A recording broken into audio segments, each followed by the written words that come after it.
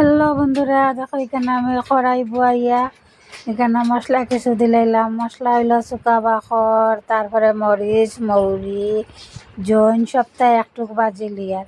তো খৌসানিতা মশলা আমরা কিতার দেই একটু যদি কইতে পারতে তো ভালো হতে। দেখো আচ্ছা দেখলে এমনও বুঝবা কিতার দেই কিতার না। তো দেখো মশলা এখানে বাঁচতে বাঁচতে আমি কড়াই বুয়াই দিলাম, দিকে মশলা ভাজা হয়ে গেল গিয়া। কড়াই বুয়াইয়া এরপরে কই না একটু শস্য ফোড়ান দিলাই। শস্য ফোড়ন দেওয়ার লগে লগে আস্তা চুলার সাইড পটপট পটপট করে পড়ে গেছে গিয়া। তো দেখো আমি এখানে ডাকিয়া রাখি দিলাম, ডাকিয়া এখন গৌড় একটু দিলাইছি। তো গৌরিটা দেওয়ার পরে দেখি মা এটা তো গলেন না আগুনে। তো এরপরে ভাবলাম না মশলা টাইন করিলে গুড় করতে করতে দেখো এদিকে মশলা টাইন গ্রাইন্ডার করে লিছি। আর গুড়টাইনও আমার সুন্দর গলি গেছে গিয়ে। এরপরে যেটা চাক্কা রয়েছে চেনি দিয়ে ভাঙ্গি দিলাম। বাংলা তো পরে পুরা ঠিক মানে মিশি যাব গিয়া। আর গুড় তো এটা একটু শক্ত। তো দেখো এখানে চেনি দিয়া ইয়ে করতে করতে আতাইতে আতাইতে দেখো এখানে আমার লবণও একটু দিলাই, নাইলে তো লবণ না দিলে স্বাদ লাগতো না, বুঝছো। তো লবণ দিলাইলাম দেখো 2 চামচ দিয়া।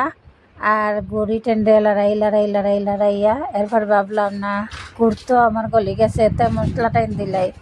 দেখো মশলাও এইখানে দিলাইলাম, মশলা দিলাইয়া আর এটান একটু বাজিয়ে নিলাম, নাইলে তো খাঁচা খাঁচা গন্ধ করবো, বুঝছো বন্ধুরা। তো দেখো গুড়ের লগে মশলা টাইনরে পুরা মিক্সড করে নিলাম। আর এদিকে এই আসল জিনিস হয়ে গেছে দেখো বন্ধুরা, বড়ই আনছিলাম, আনিয়ে এগুন্ডে দইয়া শুকাই উকাইয়া রাখলাম।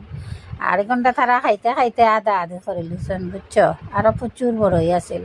তা দেখো বড়ই উড়ই দিয়া আমার বড়ইর আচার কমপ্লিট হয়ে গেছে গিয়া। জাল মিষ্টি টক খাইতে বালা পাও একটুক আমারে কমেন্ট করিয়া জানাইও। আমি কই আচ্ছা ঠিক আছে, আমি আগে একটুক মুখো দিয়া দেখি মাই যেমন জাল এমন চুকা এমন টক। আর এদিকে দেখো আমার চাউলের গুঁড়ি টিনও শুকাই গেছে, ডিবিতে রাখি দেয়। এটা